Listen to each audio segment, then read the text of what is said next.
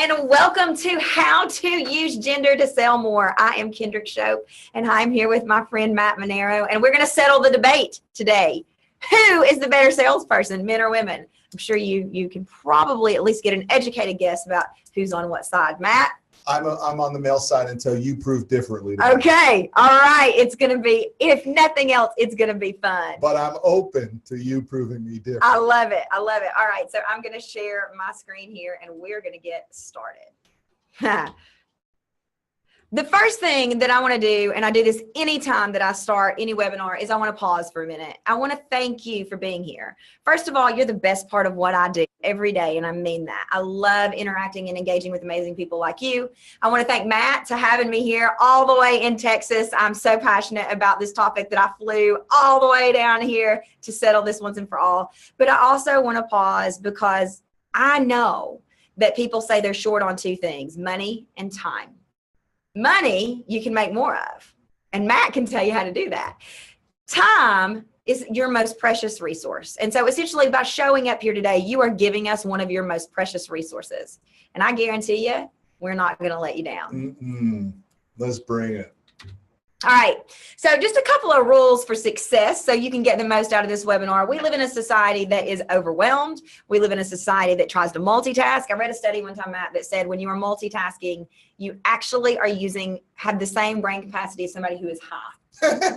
But I guess a lot less fun, right?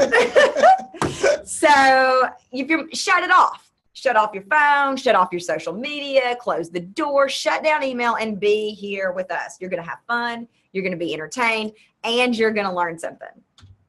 All right, so let's get it started. The great debate. Who is the better salesperson?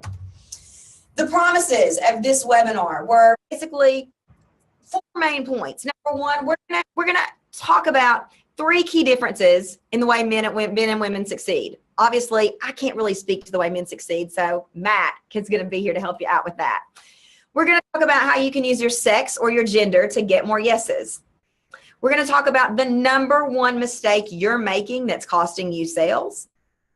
And we're going to uncover once and for all who's better at selling, men or women. We're going to uncover the winner. We're going to uncover the winner. We have a Twitter poll going as well that tells us a little bit too. Yeah. And if you want to go ahead and cast your vote, you can type it in the chat. Who's better at selling, men or women? Yeah, type in the chat. Let's get some conversation going. Okay, so this is Matt, not Howard. Who's Howard? But I want to introduce you to why this matters. Because if you're like my husband, you're probably rolling your eyes saying, seriously, we've turned this into a male-female issue? But it is a male-female issue. So I want to introduce you to 2 people, Howard and Heidi. This is a study that was done at Harvard.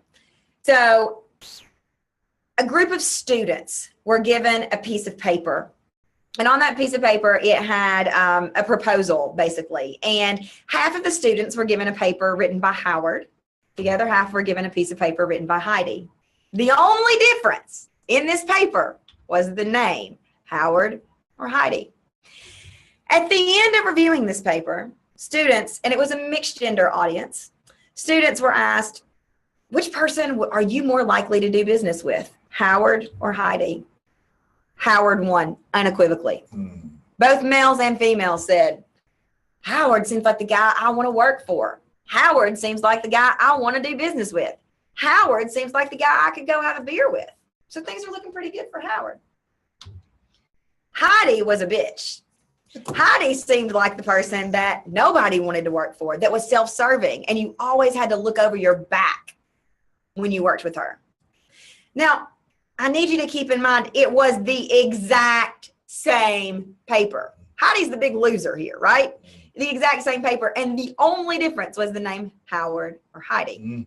So if you think that, oh, this is just something that this Southern redhead made up and gender differences and biases don't exist, you may be high, or you're not living in the real world, because they exist. And this Howard and Heidi study proved it at Harvard. So Matt, I'm curious, when you hear that, are you surprised by that? No, not at all. I mean, I'm in a blue collar industry. We finance truckers, towers. It's a very sexist setup. Now that's not how it finishes for the pros, but it certainly sets up that way.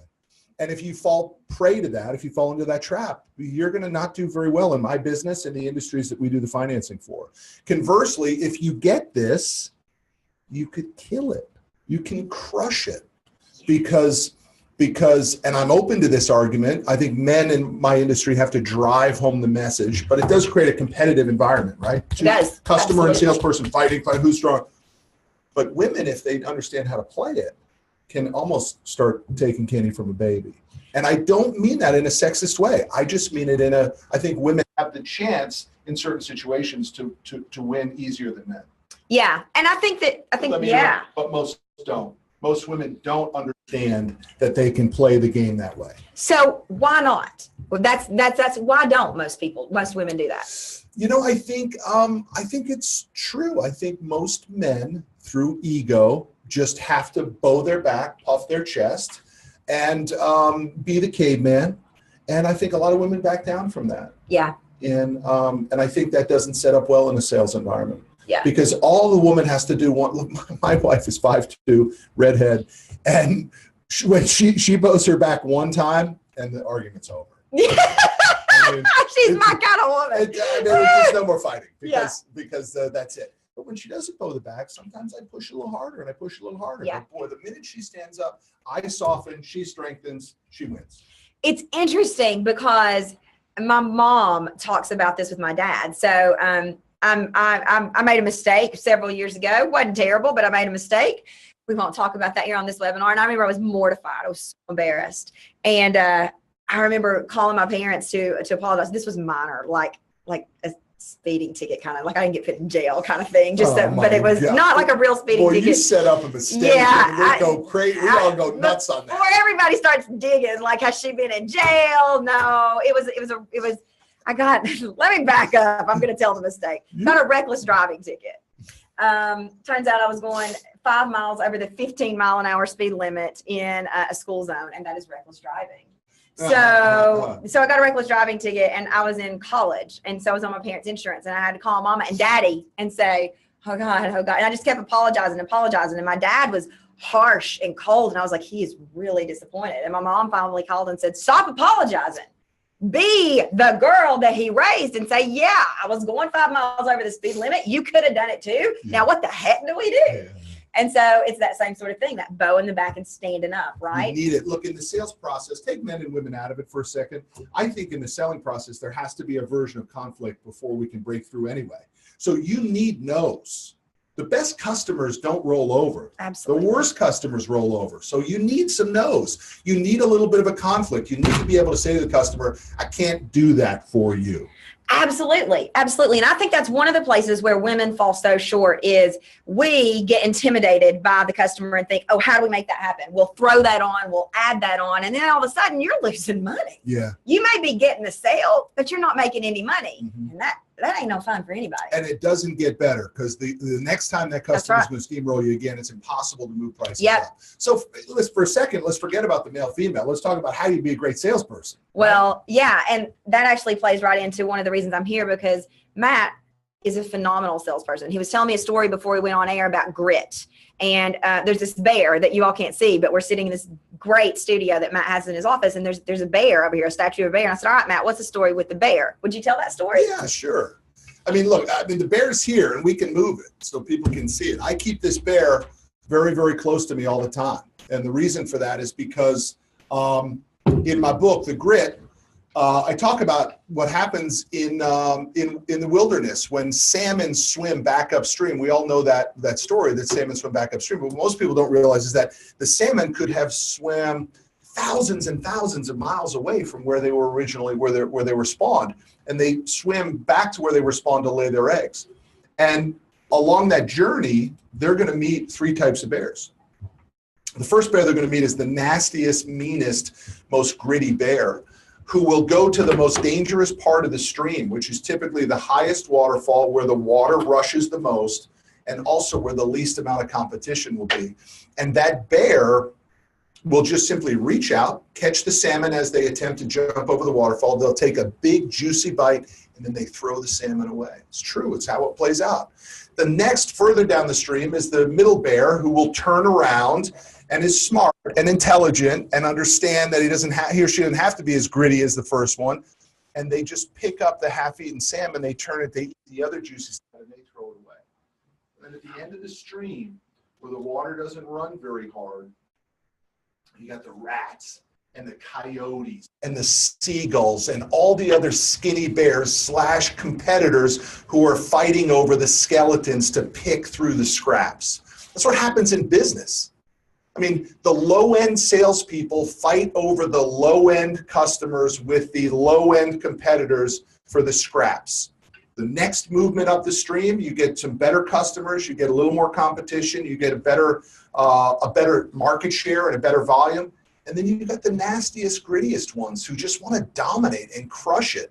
They don't care about everybody else. They're going to go into the marketplace, go to the riskiest part, and get the most juicy bites. And that's the point of the bear. I want to be the grittiest, nastiest bear out there. I love it. I love it. Now, I know for my audience, because we got a mixed audience here. We got Matt's people, we got Kendrick's people. And so it really is a beautiful merge, by the way. But for my audience, when you hear nastiest, grittiest, I know what you may be thinking, that makes me uncomfortable. But stick with me. I'm not going to lead you astray. I'm not going to lead you out in the wilderness, so to speak.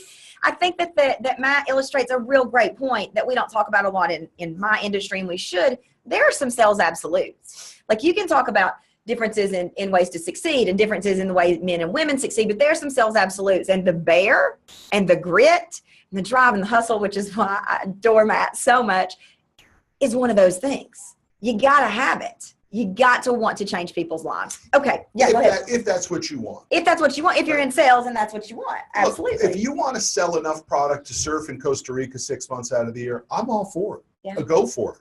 But if money is really important and you want to be a top earner, the marketplace dictates that level of grit. I'm not saying everybody needs to be on my side of the fence or my side of the stream or whatever, my side of the waterfall. But you have to have clarity of why we're doing it. And so many people want this different outcome, but they're not willing to put in the effort and skill up and put in the price and the commitment. And so they just live in this terribly frustrated sales career. Yeah, and I think that, one of the things that we talked about most of the month of October on my podcast, So Like a Woman, was women and money. Because a lot of times women are afraid to say, no, I want to make $1 million.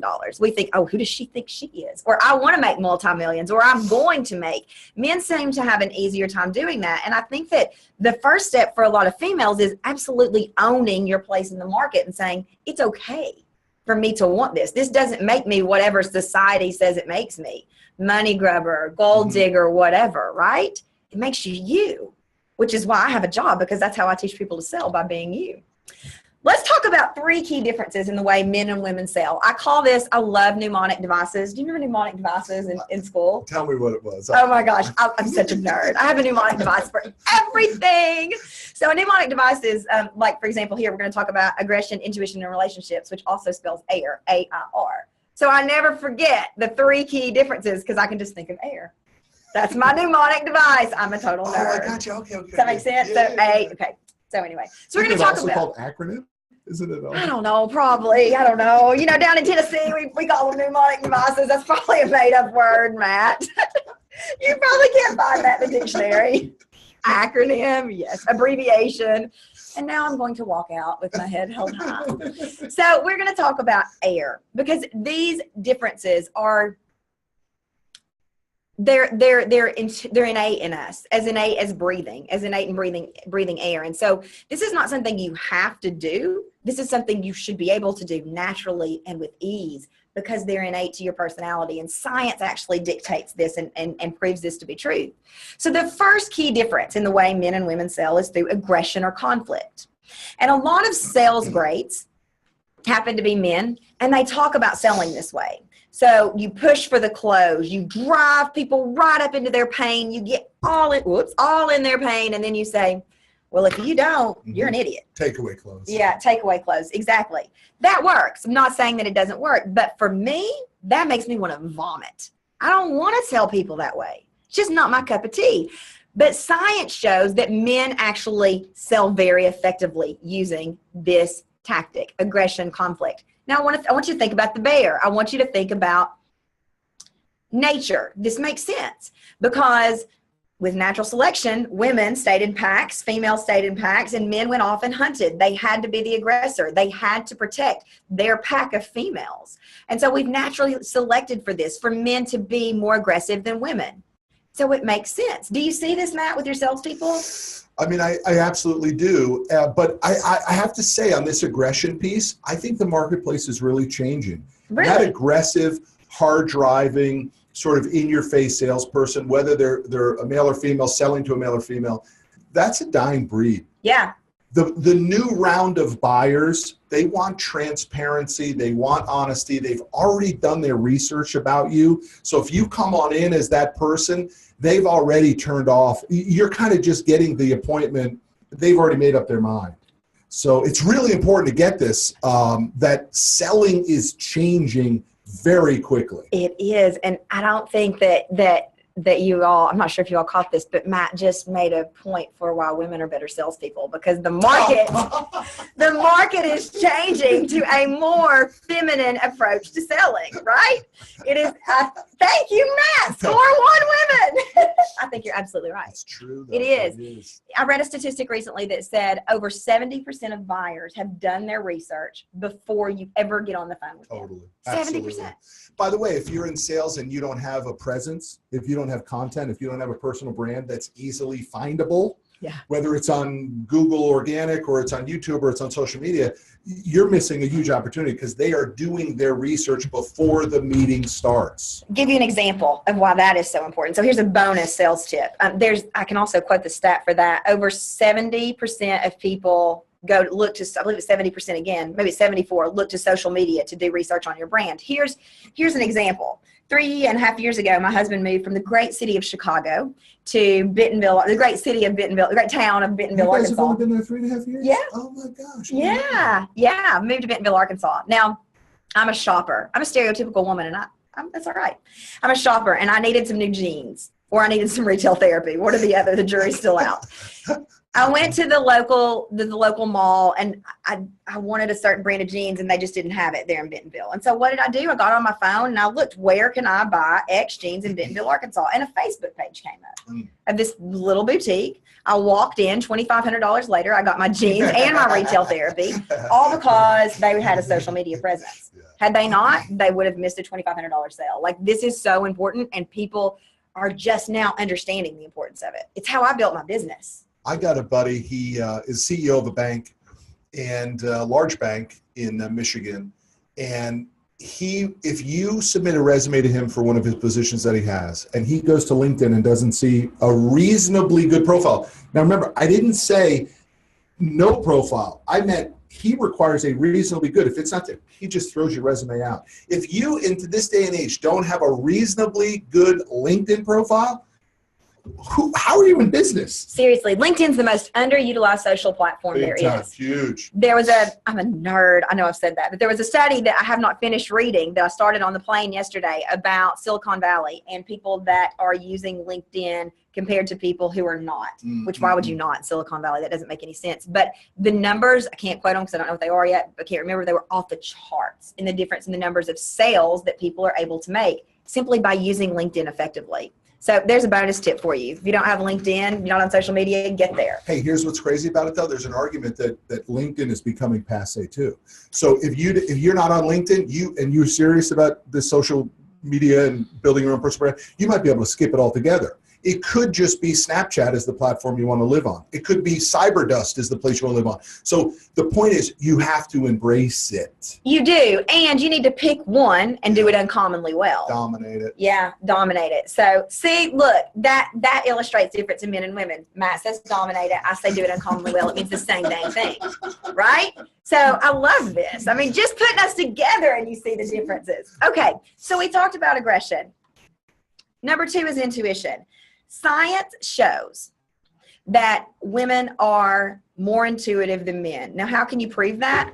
Well, when women are in a situation where their intuition kicks in, you actually see different parts of their brain light up than you see with males. And so women may be intuitively, like you may be following the sales procedure, the technique, the the technical steps of your sales process, right? Prospecting, engagement, whatever. And it's time for the close. And a woman gets the feeling, yeah, we're not there yet. Right. A man says the next step is to close. I'm following. This is the step. We're ready. I've features, benefits. I've laid it out. It's time for the close. Let's go. A woman may say, yeah, I don't know what's going on here. Now, it could have been the man or woman that you're selling had a fight with their wife or spouse that day. You don't know. But you are intuitively able to pick up on buying cues better than men. Do you see this, Matt? My wife says to me all the time, how do you not see that? Like, how do you not see that? It's so apparent to her. It's so completely unapparent to me. And then she bows her back and then she'll, because you want to talk about aggression? Put a woman in her sweet spot, of her mastery, her superpower. You'll see the aggression. My wife, when she's incredibly intuitive, not business intuitive, emotionally intuitive, constantly will say, how the heck do you not see that? So what's interesting about this, Matt, is I learned to turn this off. Years ago, I guess I learned to do things the way a man would do it. I didn't know what I'd heard of mother's intuition, but I didn't have a child at the time. I didn't know what intuition was. I didn't feel anything much from here down because I thought all the time. It was logical. It was the process. That's the way I learned to succeed. Now, I was doing some things that were innate to me that allowed me to be successful by using my femininity as well. But once I tapped into, yeah, I think I maybe shouldn't send this email right now. I can't really tell you why, but I'm not going to send this email. My business exploded. Yeah, it's so important. So we talked about aggression. What I left out about aggression is this. The may be changing, but here's something important. Research shows that when men and women are hooked up to an MRI, a brain scan, so we're watching their brain, and a man is in conflict, the sexual centers or the happiness centers of his brain light up. So serotonin's released, oxytocin, norepinephrine, not when a woman is in conflict. So a man, while the landscape may be changing, there's still room for you to use what you've got because that's when you're happy and that's when you are in your zone of genius. So be aware that the landscape is changing, but also be aware that this is the way I like to sell, and so you have to find the medium there. Does that make sense? Listen, it's like, let's go there for a second. It's like after argument sex. Yeah. It's usually only good for the man. Yeah. You know what I mean? Yeah. The woman's still hurt. She's still thinking, right? Oh, but yeah. the man's like, I'm good. Yeah. Right? So, Yes. That's a real life scenario. That is it is your example. And that is why I told y'all were going to be entertained because we're talking about selling and after argument sex here. I love it. I love it. I love it. Only the way we could. Yes, I think you're absolutely right about that. The woman's still replaying the argument and, oh, no, he didn't. And what about this? And yes, the man seems to be very good and very, very well easily to move on. Let's talk about number three key differences in the way we're selling relationships.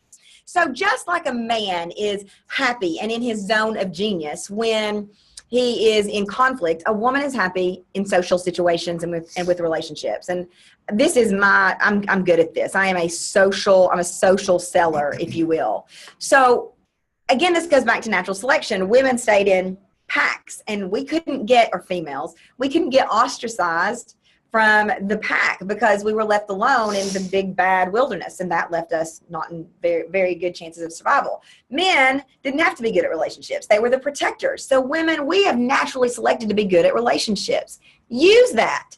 Figure out are they Duke or Carolina? Do they have kids? What do they love to do on the weekend? I used to, as pharmaceutical saleswoman, I would go in and I would say, I'm not going to sell you a thing for 6 months. I'm going to tell you what products I have, and that's it.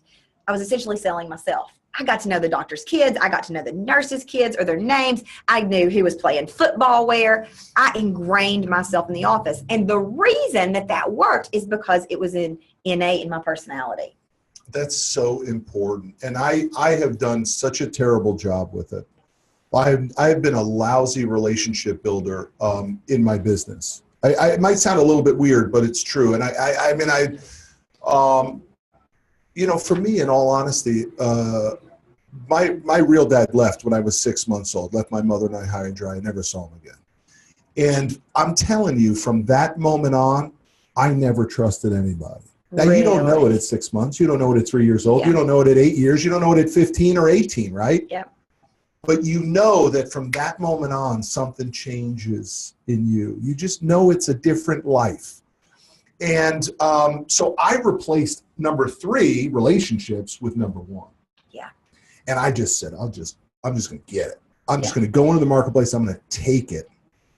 And now at 47 years old, 21 years in business, good sized company, I'm actually figuring out how to put it all together. Yeah. And it's much better. Yeah. Yeah. I can't imagine you not being good at relationships, because when you walk into Matt's office, first of all, may I tell what you were doing when I walked in here today? Yeah.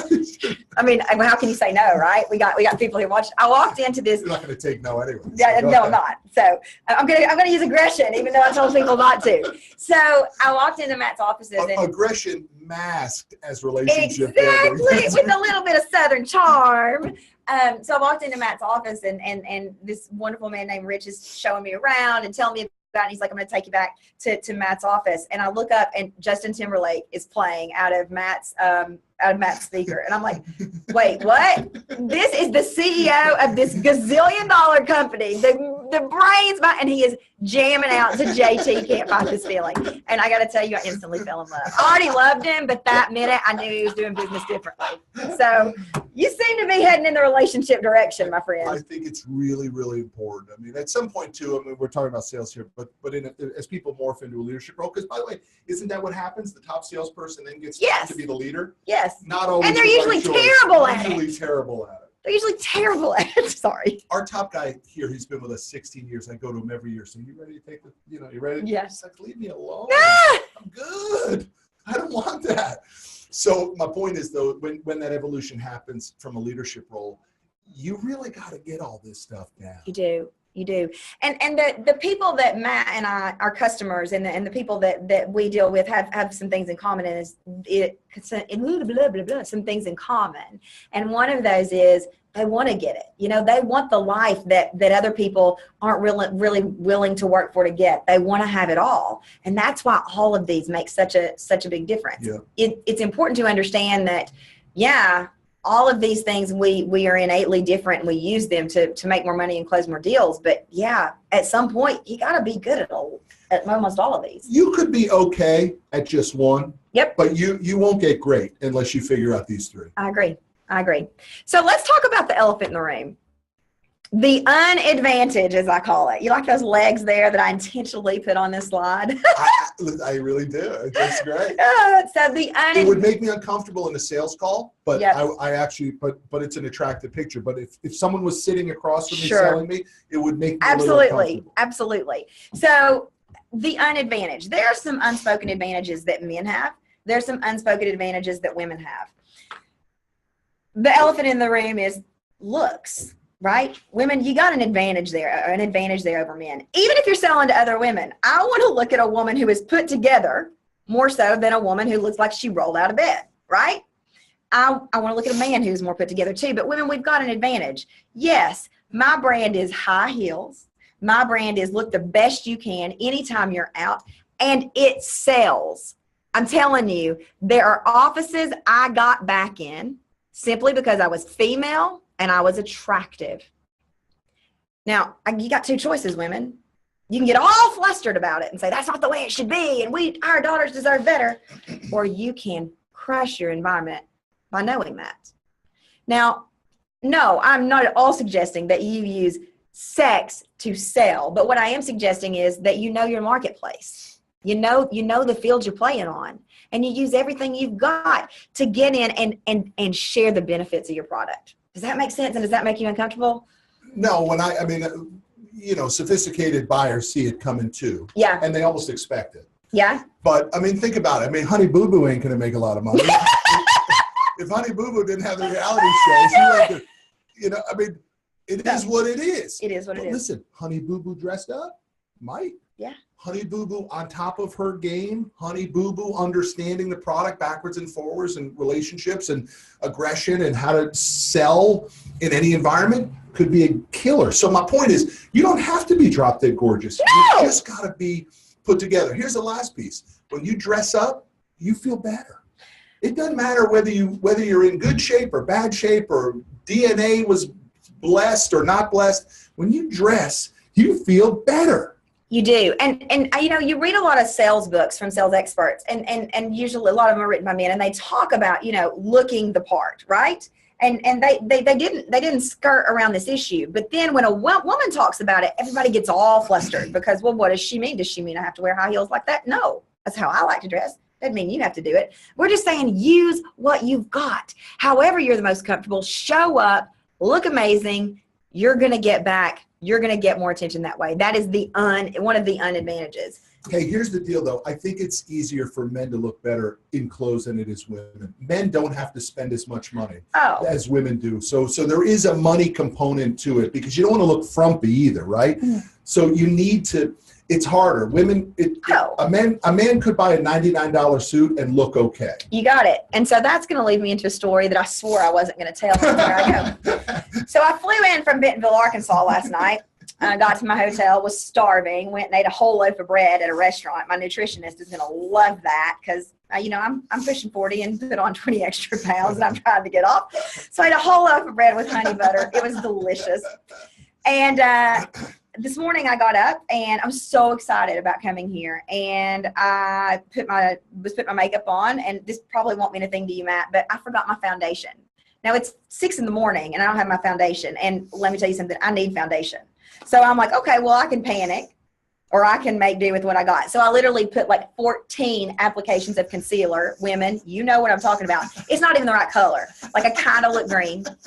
Then my hair started doing all this flippy stuff. And I'm like, never again will I come see Matt Manero without hair and makeup done to be on filmed like this, because I don't know what to do with this. Like my hair's not cooperating. It's the Dallas water. And women, you know what that means. Then I put on my dress and realized I packed the wrong bra. So instead of looking politically correct, all of a sudden my, I don't know the right word, breasts are popping out of a dress, and I'm coming into this gazillion-dollar company and I don't look appropriate. All of that happened before 6 a.m. this morning. And you still had to come play your game. I did, because there's nowhere's open to get foundation or to get the right bra. And so I'm like, okay, here we are. The point is, it's a whole heck of a lot harder for women to use this advantage. You got it, you know, but you need to work it. But yeah, it's a whole lot harder.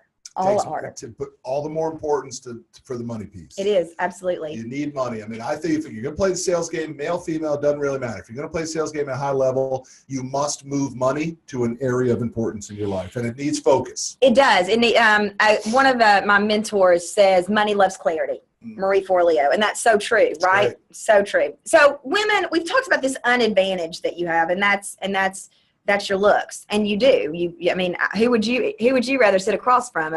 A woman who's put together, or a man? If you're a man, the answer's how come you're calling it the unadvantage? Because I see it as an advantage. The unspoken advantage. I call it the unspoken advantage. Okay. Yeah. So yeah. So then we've got this, and it's the advantage that people don't necessarily like to talk about. Got it. It's not the politically correct advantage. Yeah. Men got. I am pulling out all my hit today. Men have some of these unspoken advantages as well. Men are able to go to the bar or to wherever. It doesn't have to be the bar. That's just where it happened to be in pharmaceutical sales, and sit and talk sports or whatever much easier than a woman is. I can remember, Matt, going to a cardiology convention, and I was one of the only female reps there, which is unusual because pharmaceutical sales is dominated by female reps, or it was at the time. And I was one of the only female reps down among all these doctors, and they were shooting unwinding, shooting the crap, and I was like, I do not belong here. I just didn't fit in. Does that make sense? Yeah, totally. Look, I think some weird's going on here in my head, because I'm coming through some of these stories, right, of recent stories, and I'm trying to I'm actually morphing, moving to the middle here, and I'm almost feeling, I'm sort of visualizing some of my most recent conversations in the selling environment, and they are much less aggressive. A perfect example, I like to smoke cigars. I don't even smoke them that much. I like to chew them. And my favorite cigar store not too far from here, I'm there the other day, out on the patio smoking cigars, are 3 guys that I know from a large publicly traded company.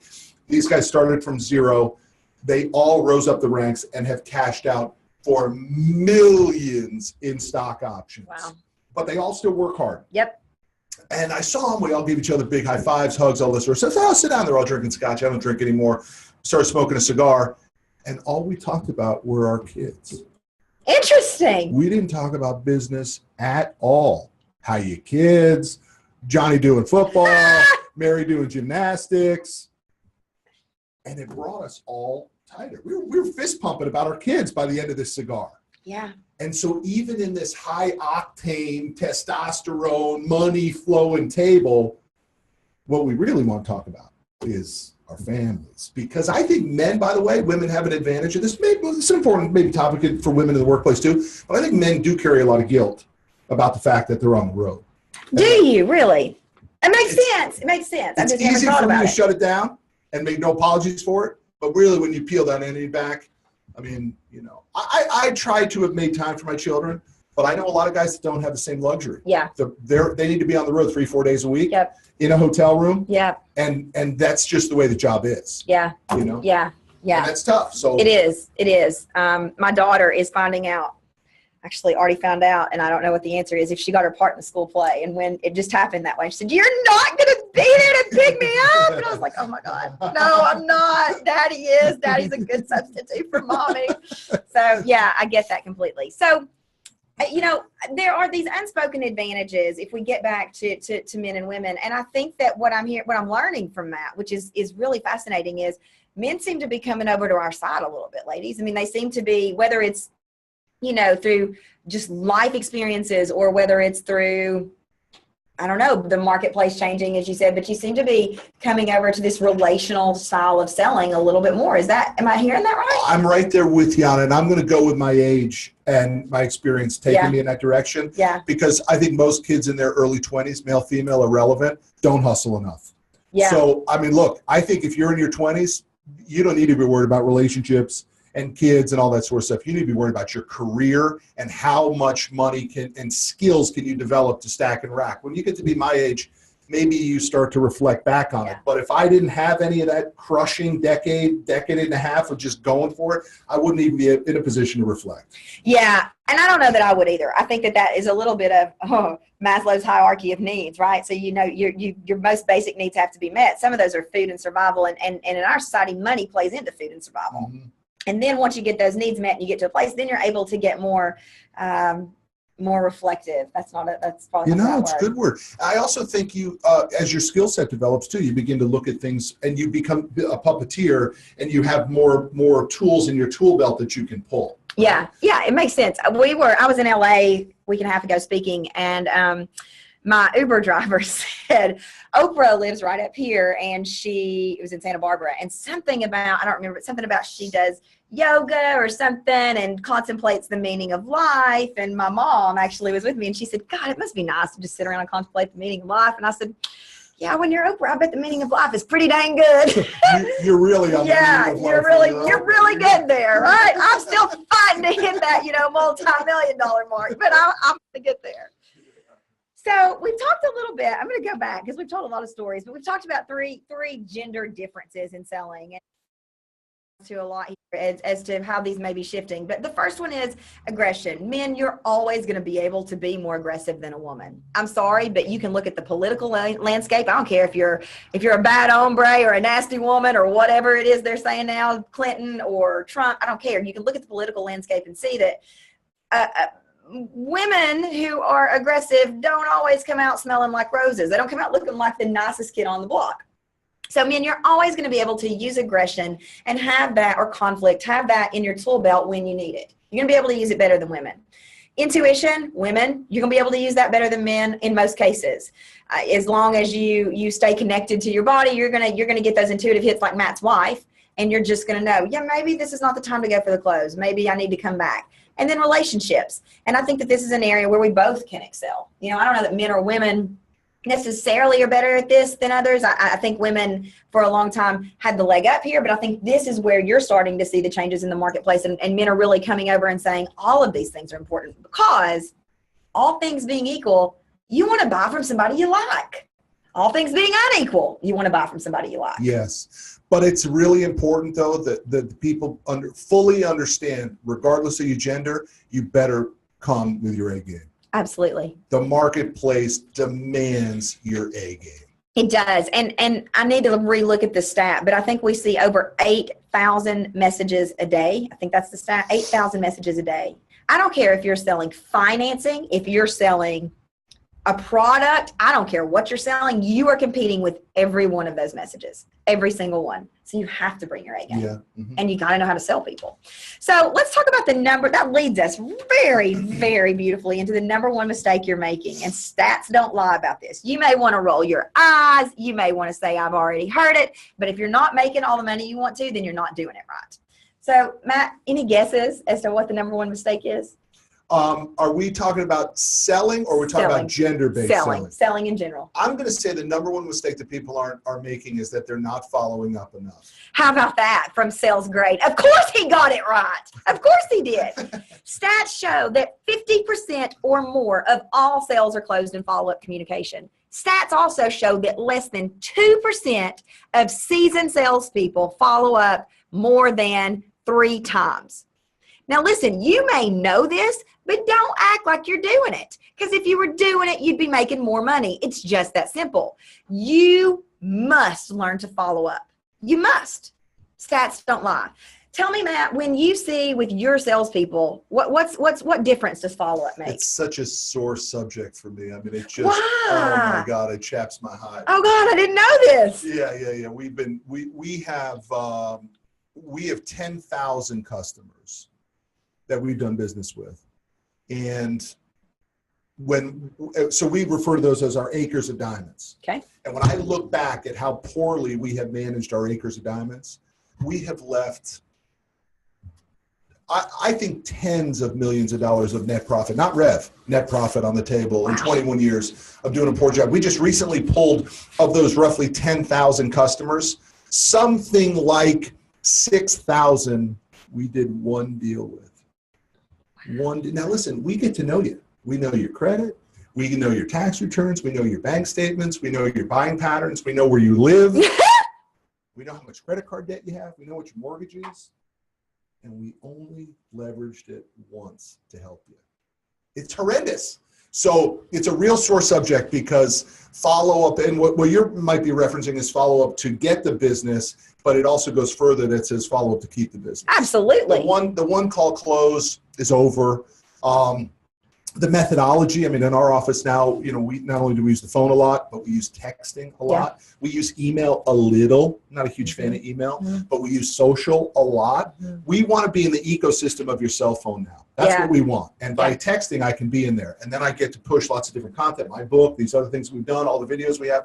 And so we look at a 7-touch program in an effort to try to win the customer's business. And then unfortunately, I'm the leader. We fall into the trap of, we got the deal. What's the next deal? Where's the next deal? Where's the next deal? Yeah. And our numbers reflect that. It's a harder way to make money. It's such a harder way to make money, because what is the stat? 80% of your business comes from 20% of your customers. I mean, there you go. But for all those years, I was such a hard driving guy that my stance was, we'll find more. We'll find more. We'll find more. And instead, like, Coach Michael Burt? Yeah. So Coach Burt has done some work with us. Coach talks about, you really need about top 25. Yeah. Just show them love all year long. Yep. You'll be okay. Yep. My stance is we need like 2,500. No, we need like 25. So Matt, I don't know if you know this story or not, but when I got started in the online world 5 years ago, when I left my pharmaceutical job and started my own business, good pharmaceutical job, and my parents and everybody who knew me, including my husband, wanted to have me committed. When I left that job, I decided that I was going to do free sessions with people. And I was going to solve one area of their sales process for them, whatever that was. Bring me your problem. You're going to leave with a solution. I treated those people like they paid me $10,000. And it seemed like, with the snap of my fingers, all of a sudden people started, and you could see online, have you talked to Kendrick? Kendrick Shope? She'll help you out. She's got your best interest at heart. I followed up with them. I sent them happy Thanksgiving emails. I sent them, and it literally allowed my business within a year to hit 6 figures, within 4 years to hit 7. I mean, it's unbelievable, just by taking care of the people that you start with. It's not something I'm proud of. And so for anyone listening and watching, what you need to do is understand, show love show love to as many people as you possibly can in the sales cycle. And love is, look, you call love, that works for me if you want. But what I mean is attention. Yeah, absolutely. And that's why I chose this as the number one mistake you're making. I mean, there are lots of mistakes that people make in the sales process, but I'm going to be honest. I testify like it's a hot Sunday morning in a Southern Baptist church about this, because I see the difference that it makes in people's business. And I'm talking about dollars. It makes people money. We would be 5 times the size that we are if we had understood this message on day one. Yeah. And if we had actually cared more on day one. Yeah. I didn't care. All I cared about was growth, scale, more, share, more. And I missed it. Now we're trying to come back, and you know what a lot of customers saying? Yeah, I wish you guys had called me. Yeah. I'm good now. I gotta say, for any of my audience watching, Matt is like, he is illustrating the reason that I have a business. I love sitting here with him because he talks about doing it the old way, right? The old school way. And then he comes back over. He didn't know authentic selling then, but he's essentially talking about using the tactics and the strategies that we teach that I teach in authentic selling to grow your business. And it feels better, right? I mean, you can see it in your demeanor when you talk about it, that it's a better feeling way of doing business. It is, but people are, listen, you got to play the hand you're dealt. You do. And so, everybody might want this wonderful finish, but the reality is you got to pick up the shovel and start digging. You got to start digging. You do. And so don't get caught up. Everybody wants to be Zuckerberg, right? I think that sometimes you just need to pick up the shovel, and you need to worry about payroll, and you're not exactly sure how you're going to do it. You got to put a little patience to the business. And if you do a lot of these things right, I did so many things wrong though. I mean, really, you're teaching a process that works. It's very predictable. The process I went through, which was leave the cave every day, not sure if you're going to come home, kill it, drag it back, skin it, and eat it yourself. Now I want to do all that, but I want to share it with as many people as I possibly can. It's different now. I love it. Right? I love it. But you got to leave the cave and kill it and drag it back. You do. Absolutely. And that is, a lot of my people get stuck in sitting behind the computer because they run online businesses.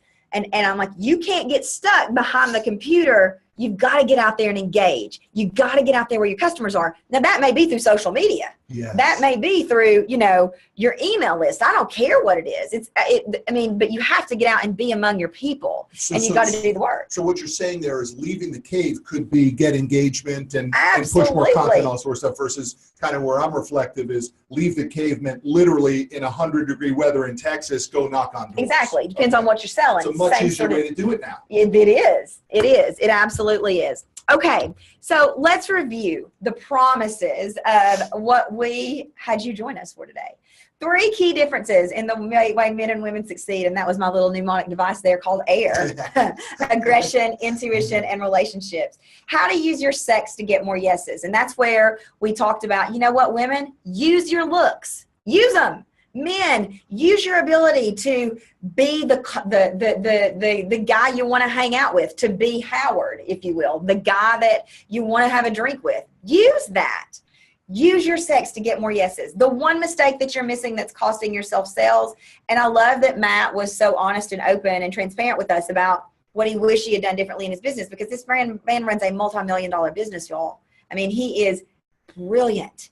And for him to be able to say, I wish we had done this, really, you need to pay attention to that. And then uncover who's better at selling once and for all. We haven't done that, but I think we're leaning towards the men are coming over to this authentic selling style approach. Matt, what do you think?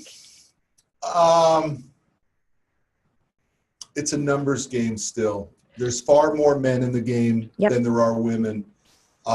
By the way, that's always a space I like to play in. I always like to play in the underdog space. Our world of equipment financing is dominated by large publicly traded banks. I like to be to have that much scale. So I think it's a runway for women. Listen, I'm going to go and I'm going to play the political card. All right. And I'm going to say that it doesn't matter, because if you get this stuff right and you skill up and you practice this and you follow this roadmap, it's somewhat irrelevant, because at the end of the day, the best person in selling will win because you could be the most beautiful supermodel and not deliver an appropriate solution, and you will lose. I agree. And that's my exact same answer. And that's why we complement each other so well, because you can see how different we are and how similar we are. And yet we both are very successful at selling. And so I think that it is the skill set that matters. It is how you go out and do it that matters. How you treat your people, how you get attention, how you stay in the forefront of their mind, how you create customer retention. That's what matters. But if all equal, if that's all equal, if that's all equal, I think most men would choose the beautiful sales rep. I would agree with that. So when I started talking about this, I called my dad. He runs a business in Tennessee, and I said, all right, I'm going to go there. I'm going to cross this line. Your daughter's going to do it.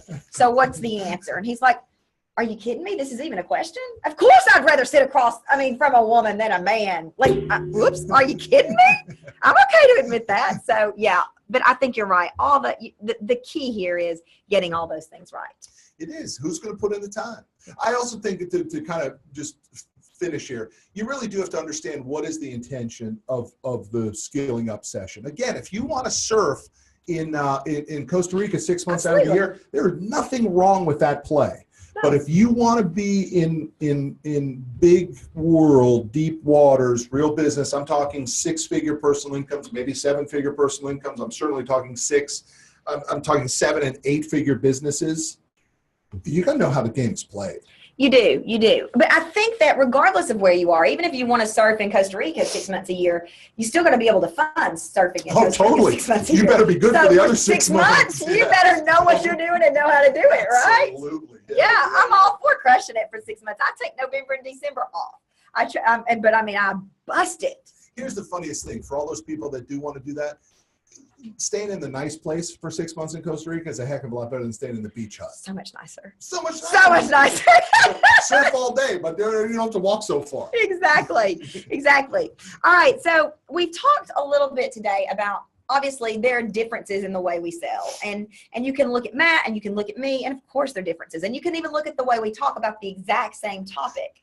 And we use different adjectives and we use different words, but we're essentially saying the same thing. But here's what's important to know. I want to give you permission to close your customers in a different way. There are sales tactics out there that work. There is the take it away close, like Matt talked about, and it worked, but it doesn't work for me because I'm not good at that, because that's not who I am innately. So I created a product called How to Close Every Sale. And I take words pretty literal. I'm a word nerd. So I take words pretty literal. And I intentionally put the word every sale in there. And the reason I put that in there is because in this $99 product, I give you 7 strategies to close a deal. Some are more aggressive. Some are going to call on aggression. Some are going to call on relationships. Some are even going to call on, believe it or not, that loving on your customers, letting them off the hook. But there are 7 strategies that I teach, and it allows my customers to make millions when they start closing deals like this. And so I'm going to bring back these sexy legs, and I'm going to offer that to you here today. $99, how to close. This says more sales, but the product's actually called How to Close Every Sale. And you're going to learn 7 verbatim. You're going to learn exactly what to say, exactly what to type, exactly what you need to do to get more sales, to get a yes from those prospects. And ultimately, that makes me happy because you're doing more of what you love, and we're both making money. And to me, that's part of my mission around this planet. Hey, how about we throw in a copy of my my audiobook of The Grit in that offer? Oh, that'd be awesome. Thank you. Everybody who buys that, we'll send a link to the download of the Grit audiobook. That'd be awesome. Thank you so much. I'm going to show it right here. Yeah. Check this out. So you're going to get a free copy of this book. Awesome. All right. Matt Manero combines his business brilliance with more than 20 years of hands-on experience. Seriously, y'all. Matt, I'm so honored to know him. He's so smart. Thank you for doing that, Matt. That's awesome. That's great. I want people to that book might actually complement those who are continuing to build their business, because it really goes into some old school and just sort of foundational ways that we've built this business that will always stand the test of time. Yeah, I love that. My granddaddy says there are some absolutes that you just don't, Yeah, you can't get around. of And course. so There's- that's great. Yeah. That's fantastic. Awesome. So that concludes our time together, where I think that the most important takeaway is you got to do business right. You got to get out there, you got to hustle, and you got to use whatever you have to get your message out there. Now here's the big play though. Does the end of the sales call go like this between male and female, or does it go like this? How does the sales call end? What's the right way to do it? Well, you know, I'm going to say I was a bit of a hugger. I'm sure you're not surprised by that, Matt, but I was a bit of a hugger. It starts with a handshake and ends with a hug, maybe. How's that? That's a good one right there. Yeah. Thank If you get to the hugging stage with your client, you're in good shape. Absolutely. That's good. I like Absolutely. Thank y'all so much for being here. It has been so much fun, and we got to do this again, Matt. I loved it, Kendrick. Thank you. Thank you. Bye, everybody.